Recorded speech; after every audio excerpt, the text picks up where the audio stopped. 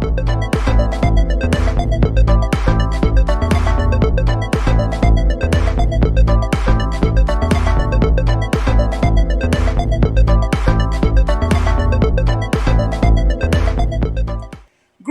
in the name of our Lord Jesus Christ. Welcome to the Rockies podcast.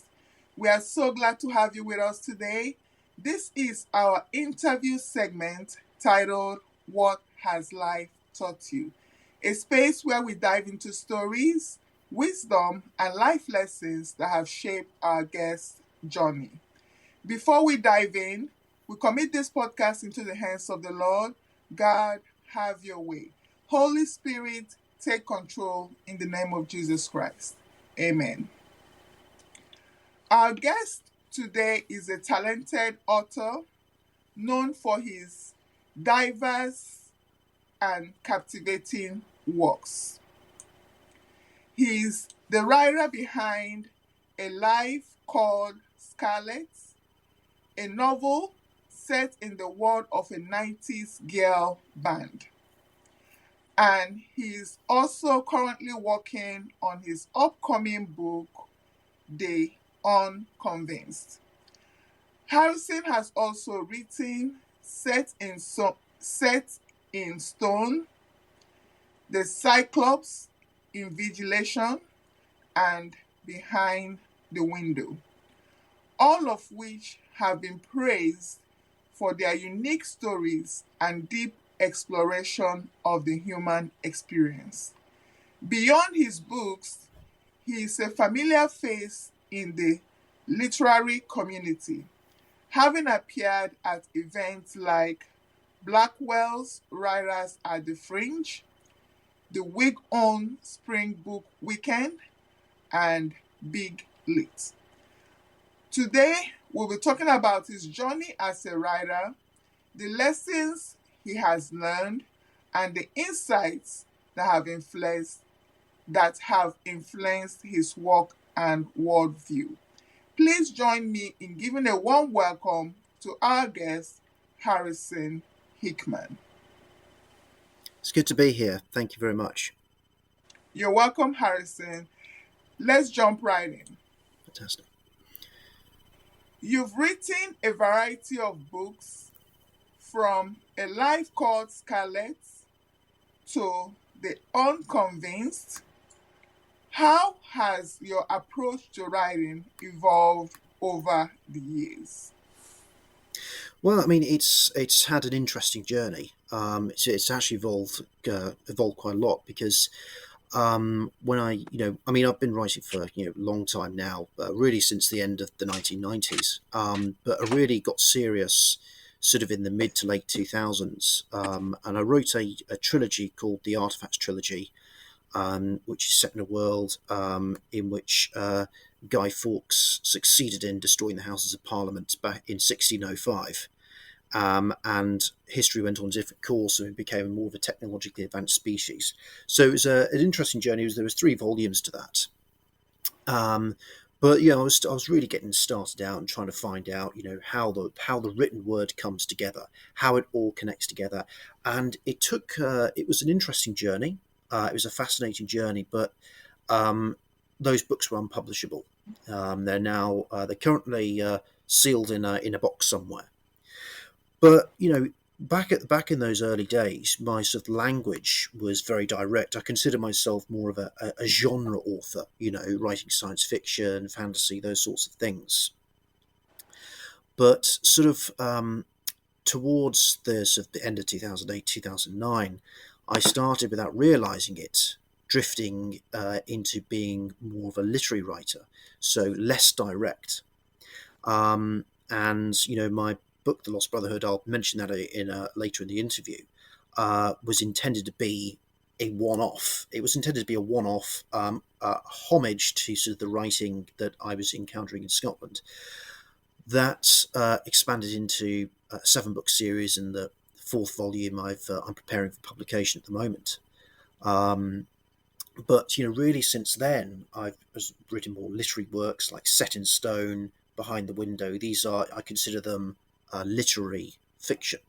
They're less direct. Instead of answering the question, they'll ask another question. So my writing's changed drastically over even over the last few years, where it's become less and less direct. Wow, excellent work. So, what themes or messages have you found yourself returning to throughout your books? And why do you think they resonate with you? Well, I mean, there's one theme that I've always explored in my books and in any writing I've done, which is the theme of two worlds colliding.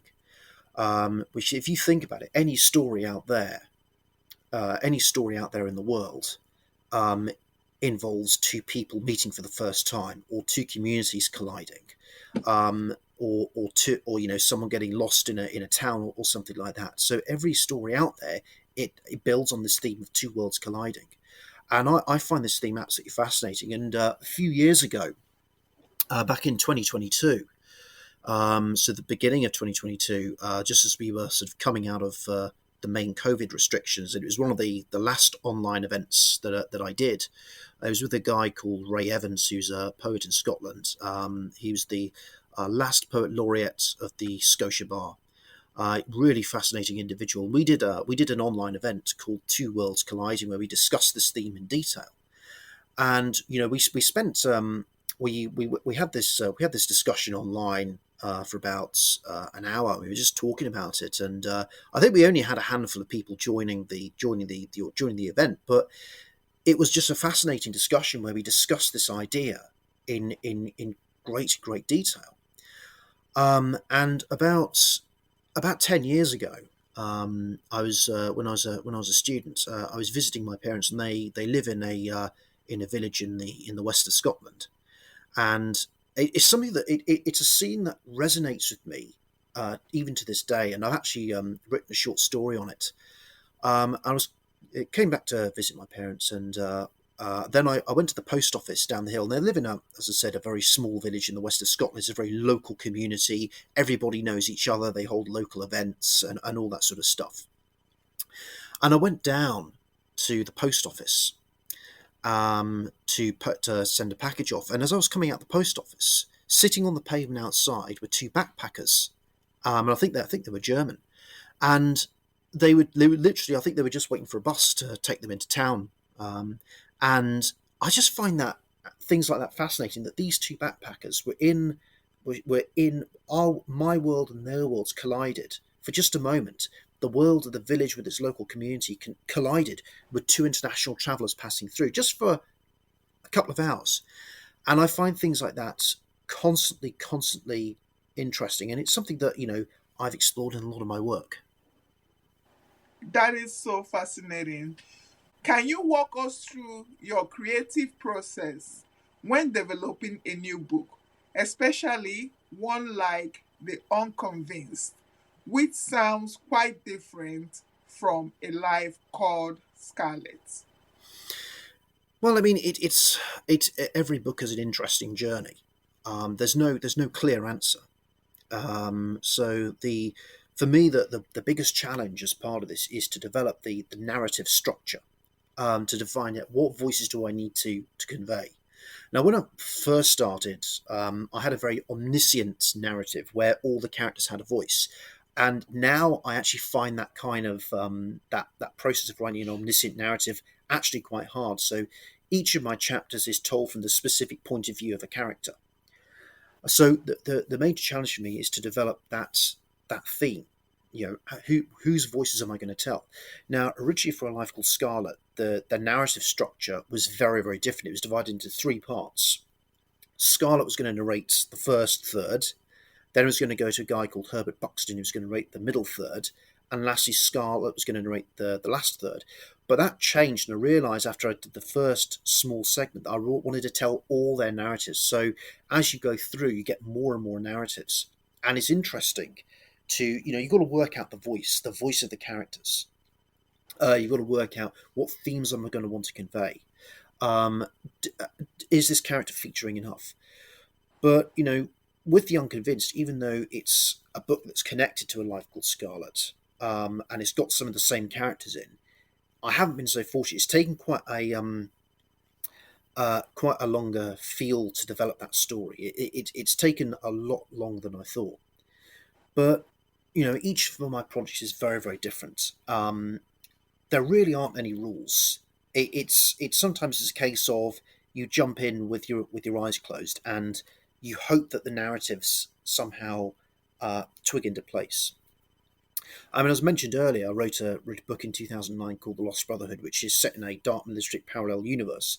And it was designed for me to be an experimental piece of work, but it's turned into what is planned to be a 7-book series. And as I said, I'm preparing the fourth volume for publication. So it's it can be challenging at times. Some stories, some books I've actually been very, very lucky with. Others, it's taken a little bit more time to get through. In fact, a very early draft of Behind the Window, which I did in 2016, I couldn't get the narrative voice, so I had to put it away, return to it a few years later, because I just couldn't get, even though I had the story in place, I didn't have that narrative feel to it.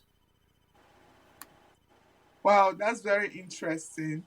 So, how do you balance writing fiction with participating in literal events?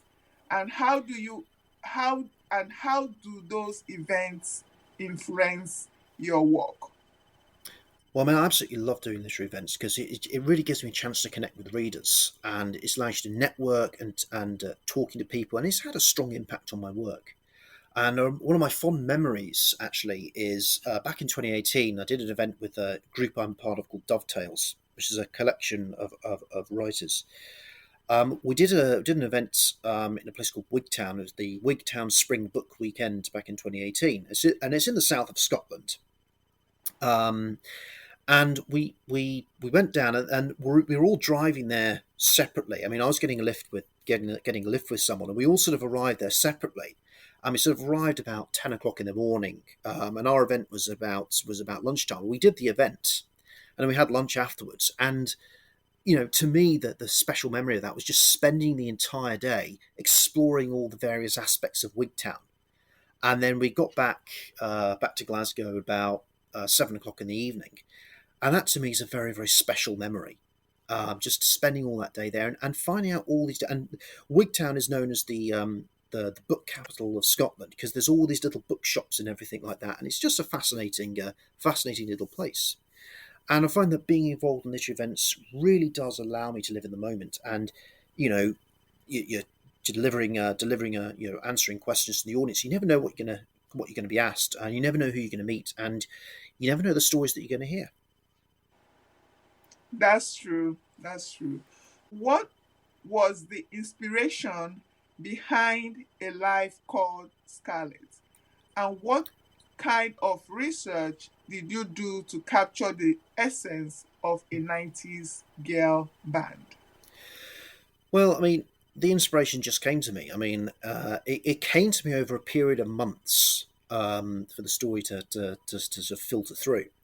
And it just happened that one day, mid July 2013, the story just came to me, and it was this girl band struggling to reach fame and the trials that they go through. And then gradually, over the next 2 years, the characters came to me one at a time.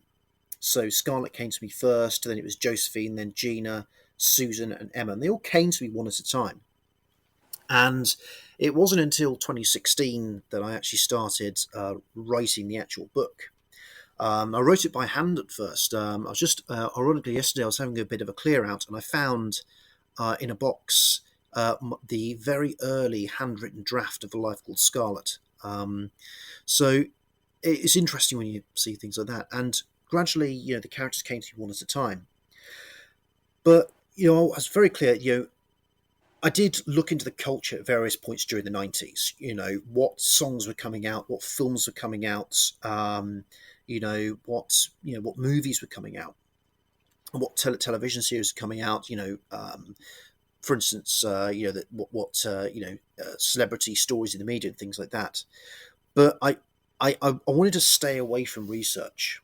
I wanted to be the story less about music. I wanted to be more about the characters. And ironically, in A Life Called Scarlet, you never find out what the name of the band is called. It's just called The Band. You never find out what any of their songs are called. And you got that sort of almost anonymous aspect to it, which I quite like, and it gives me the chance to move away from the band and what all this the music and stuff that goes with it, and more about the characters. Wow, that is so creative. That's very creative. Love it. Your works have featured in various anthologies. How does contributing to an anthology differ from writing a full length book for you? Well, I mean, being featured in anthologies has changed my life. I've been published alongside very distinguished authors, including Booker Prize nominees, and that being involved in something like that really has changed my life.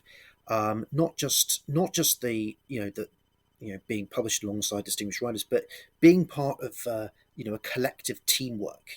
Building up an anthology and working with and but if you write something for an anthology, there are obvious challenges. Okay, there are very obvious challenges, and that you've got to make sure that your piece fits with the themes involved. Um, and you're aware that you're becoming part of something that's greater than yourself. And I think there is a very big challenge that's involved in that. You're not just writing a story for yourself. You're writing a story for the other writers as well. And when you do that, it does put a little bit more pressure on you. But you know, as I said earlier in the interview, you've got I allow the story to come to me, and I know that the story that I put into the anthology is the best that I can do. Amazing. Thank you for sharing that. What has your life as an author taught you about perseverance and personal growth? You've got to keep pushing forward. I've been writing for a very long time now, and I still get some of the same basic challenges. Which adjective to use? Have I used said too many times? Have I explored this aspect too many times? Have I gone into a character in a little bit too much detail? And sometimes I mentioned earlier about the early draft of Behind the Window. Sometimes the story just hits the brakes, and you've got to take a step back and you've got to return to it hours, days, weeks, or even years later. Well said. From your experience attending literal events like Blackwell's Writers at the Fringe, what role do you think community plays in the growth of an author? Well, I think without any sort of community, I think writers would just collapse because writing by itself is a very lonely life. You do it, you spend a lot of time by yourself, right? Unless you're, part of a wider project, you spend a lot of time by yourself. So you spend days, weeks, years writing a book, and then you've got to bring that book to the wider world. And having a strong community, is really important for that, because if you're having problems with the narrative and you meet, maybe you meet another writer for coffee or something like that, so I'm having problems with this, can I get your viewpoint on that? And when I did Writers at the Fringe in 2016, it's one of my first very big events that I did. It was one of the other authors at the event was a guy called Martin McInnes, and he was reading from his debut novel, Infinite Ground. And I remember afterwards, I got a signed copy from him, and a really nice guy actually. And I've seen him a couple of times over the years. And in 2023, his novel In Ascension came out, and it was longlisted for the Booker Prize. So it's things like this that really make an author feel that they're part of something greater. And I've worked with a lot of different writers over the years, and they've all influenced me in one form or another. And I'm very open about this, that without this sort of community, I'd be absolutely nothing. Wow, that is amazing. Having been part of the literal scenes for several years now, how do you see your understanding of storytelling and writing evolving?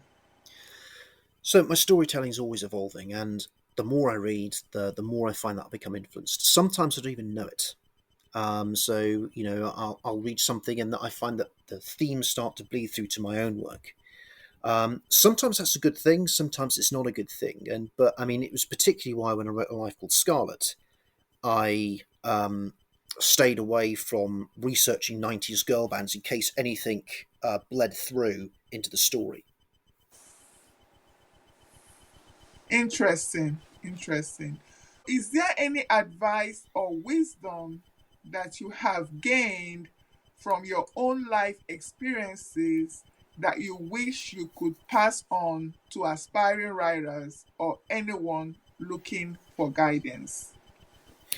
Well, I mean, I always say, and it's the one piece of advice I always give to anyone, is write what you feel you need to write because that's what's going to connect with the readers the most. I mean, don't look at the bestseller list this year and think, right, I want to write a novel that's just like that, because you could do it, you could publish it, and it could sell quite well, but it won't be your own voice. You need to write what you feel is necessary to write because that's the thing that'll be that'll be most true.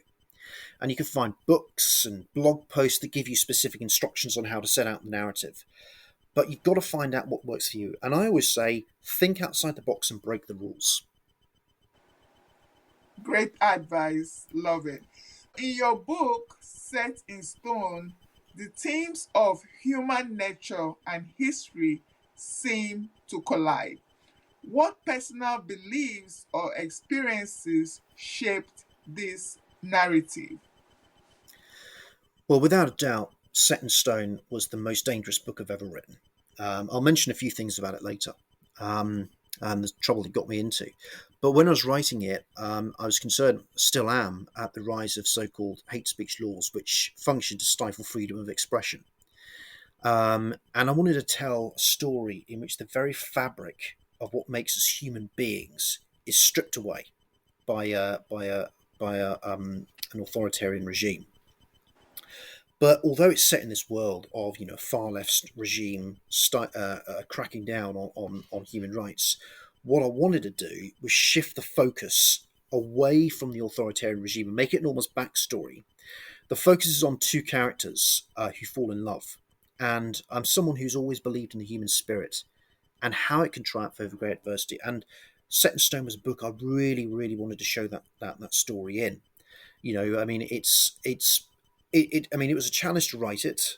It was a very difficult thing to write. But what I did was I didn't want it to be like the new Handmaid's Tale or anything like that. What I wanted it to be was a story that focused on the relationship between two people. Interesting. In the Cyclops Invigilation, the title alone in the Cyclops Invigilation, the title alone suggests a complex or reflective concept. What deeper themes or lessons are explored in that work? Well, there's one theme that I explored in a lot of detail in that book, and that's control.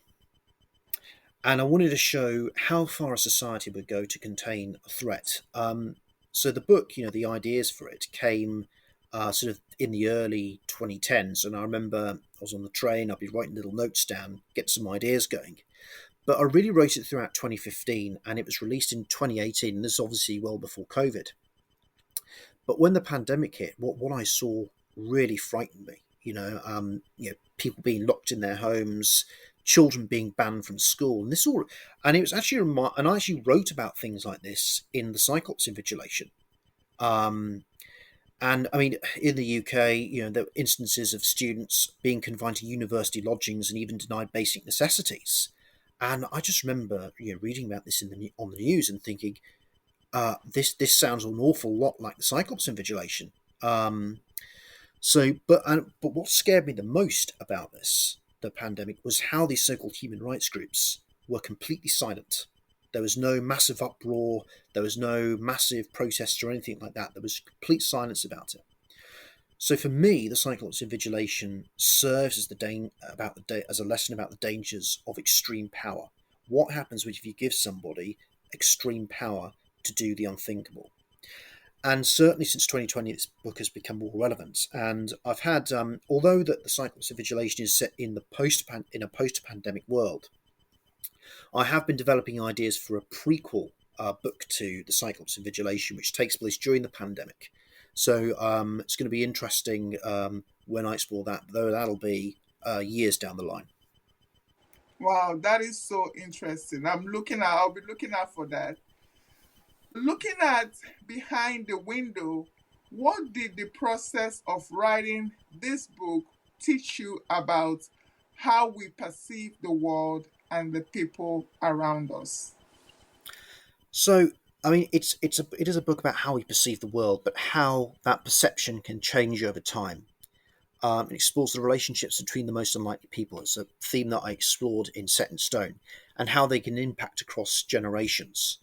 And I was very, very lucky with Behind the Window in that it completely flowed out of me. Uh, I mean, as I said back in 2016, when I was writing the initial ideas for it, it took a while for it to come through. But once it started coming through, I was very lucky. The ideas just flowed out of me. The narrative structure flowed out of me, and the story essentially told itself. For me as a writer, this was the greatest one of the greatest challenges I've ever had. It allowed me to explore aspects of my creativity I'd never really explored before, and it's a question. It was a test of who I was as a writer.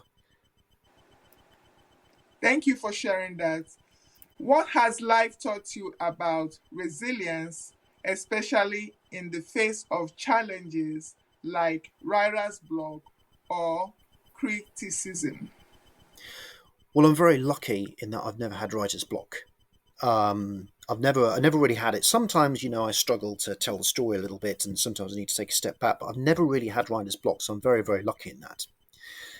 But being writer means receiving criticism. It goes with the territory, and it can be annoying, frustrating. You've worked for days on a piece of the story. You think it's quite good, and you take it to a workshop, and someone says, this doesn't work. You need to do X, Y, and Z. You need to think about this. You need to maybe take some description away. And you need to add something here. But I do openly ask for people to be extra harsh, because I need to know if the story's flowing, or if the descriptions are vivid, because at the end of the day, it's what's going to be judged when someone picks up the book and reads it. But the one thing that I've never really been fortunate in, I've been very unfortunate in personal attacks that have been levelled against me, particularly around Set in Stone. So when I wrote the book, writing the book, I took a segment to a writers group in Glasgow in 2017 in the summer. Um, so it was only a couple of pages. Took it along there, and a few days later, I got a message from them saying I'd been banned from the group.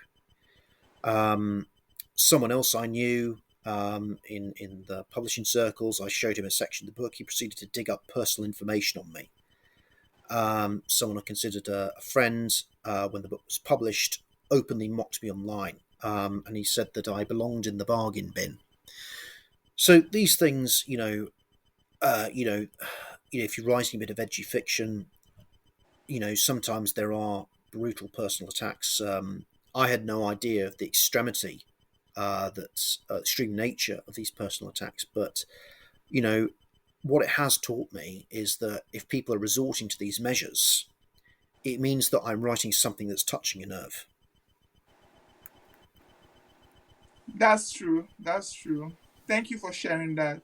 As someone who has been a part of various literary communities, what are the most important values that you think writers should uphold or embrace? Well, I think first of all, honesty. I think you need to be honest about what you're doing.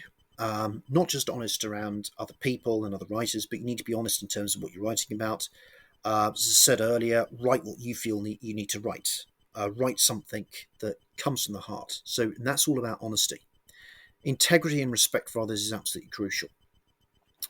Because if you're at a writers group, for instance, and someone brings along a piece of fiction, and if you give them criticism that's just negative, that's just overly harsh, they may never bring anything to the writers group again. So it's all about sensitivity, respect for others, because people at writers groups, they've probably never read their writing to anybody before. So it is all about having showing a very healthy respect for other people. Great advice. Is there a particular life lesson or insight you are still grappling with, or learning about? And how does that influence your writing? Well, there's lots I'm still learning. So every day, every hour, every encounter with another person is a lesson of some sorts, and this all feeds into my work. So what I need to do, as I said, I'm always learning new lessons. If I'm working on a project, and then I need to go back through the project, think about these ideas.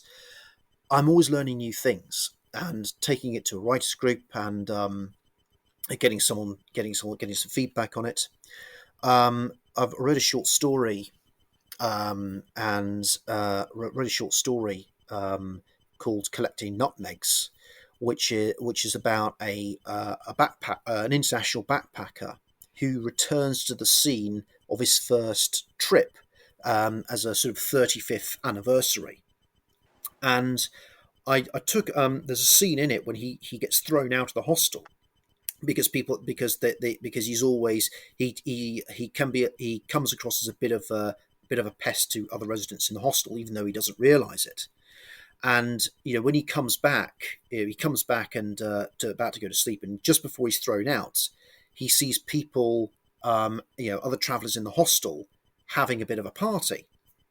And when I wrote that scene, it's just I didn't think anything of it. He comes back in, sees people partying away, and I took it to a workshop, and there was a guy there. There was a guy at the workshop called Robin Lloyd Jones. He died last year.